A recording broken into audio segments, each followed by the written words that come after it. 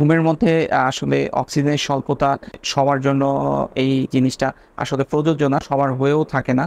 তো এটা স্পেসিফিক কিছু পেশেন্ট আছে, তাদের ঘুমের মধ্যে এরকম অক্সিজেনের স্বল্পতা দেখা দেয়। আমি সাধারণত পেয়ে থাকি যে যারা একটু ওবেস, শরীরের গঠন একটু মোটা, পেটে চর্বি জমে গেছে এবং পেটটা বেশ পেন্ডুলাস বা একটু ফোলা, তাদের কিন্তু এই প্রবলেমটা বেশি হয়।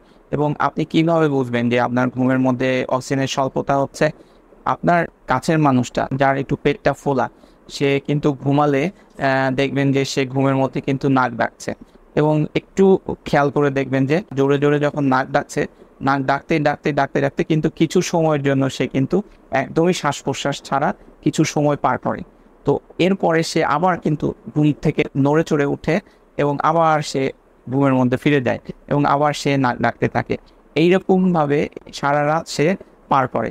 এইটাকেই বলে অবস্ট্রাকটিভ স্লিপ অ্যাপনিয়া সিনড্রোম। যারা একটু ওবেস, যারা একটু মোটা, তাদের কিন্তু এই ধরনের সমস্যাটাও হয়ে থাকে যে আপনার ঘুমের মধ্যে তারা নাক ডাকে এবং নাক ডাকতে ডাকতে হচ্ছে যে দেখা যাচ্ছে কোনো এক সময় একদম থেমে যায় এবং ওই সময় কিছুক্ষণ পরে আবার নড়ে চড়ে উঠে আবার নাক ডাকতে থাকে। তো এরকম যখন একটা রাতে অনেকবার ঘুমের ব্যাঘাত হয়, তখন কিন্তু সে সকালে উঠে আসলে নিজেকে সতেজ অনুভব করে না।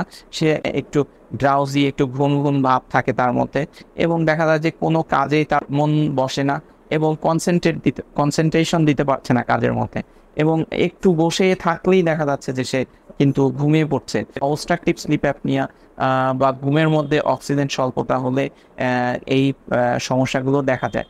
যে এই পেশেন্টগুলো কিন্তু দেখা যাচ্ছে সারাদিন একটু ঝিমুনির মতো থাকে, তার মধ্যে কোনো কাজ মনোযোগ সহকারে করতে পারে না। এই জিনিসগুলো আপনি আপনার কাছের মানুষটার মধ্যে দেখতে পারবেন, কিন্তু যেটা দেখতে পারবেন না সেটা হচ্ছে যে অদেখা কিছু ক্ষতি কিন্তু এই পেশেন্টের হয়ে থাকে। আপনার এই পেশেন্টের কিন্তু হাইপার টেনশন ডেভেলপ করে, প্রেশার বাড়তে থাকে এবং দেখা যাচ্ছে যে ওষুধে সহজে রেসপন্স করতে চায় না।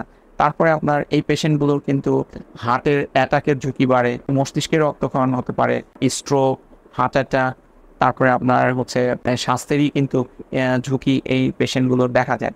তো এরকম ক্ষেত্রে আপনি এই পেশেন্টের জন্য অবশ্যই একজন অভিজ্ঞ, যারা হচ্ছেন স্লিপ স্টাডি করতে পারে, এইরকম চিকিৎসকের শরণাপন্ন হবেন এবং আপনার পেশেন্টকে পলিসomnography বা স্লিপ স্টাডি এটা করাবেন এবং দেখবেন যে ঘুমের মধ্যে তার অক্সিজেনের স্বল্পতাটা যেটা হচ্ছে সেটা কী হারে হচ্ছে। এবং অক্সিজেনের স্বল্পতা হলে এটার কিন্তু চিকিৎসা আছে এবং এটার জন্য একটা মেশিন আছে যেটার নাম সিপ্যাপ মেশিন। এই মেশিনটা কিন্তু এই পেশেন্টকে দিলে তার কিন্তু এই ব্রেনের অক্সিজেনের স্বল্পতাটাকে কমিয়ে আনা সম্ভব এবং এই রোগ থেকে পরিত্রাণ দেওয়া সম্ভব। তো আশা করি আপনারা এই আলোচনা থেকে কিছুটা হলেও বুঝতে পারবেন যে যারা নাক ডাকার রোগী আছেন তাদেরকে প্রথমে আপনার একটা স্লিপ স্টাডি বা পলিসomnography করে নিতে হবে এবং তার অক্সিজেন স্বল্পতা কতটুকু হচ্ছে দেখে নিতে হবে, তার স্লিপ অ্যাপনিয়াটা গ্রেড কত এটা দেখে নিতে হবে এবং তাকে কিন্তু সঠিকভাবে চিকিৎসা করতে হবে। তাহলে কিন্তু আপনি প্রেশার, তারপরে হার্ট অ্যাটাক এবং স্ট্রোকের ঝুঁকিটাকে আপনি ওই রোগীর জন্য কমিয়ে আনতে সক্ষম হবেন। ধন্যবাদ।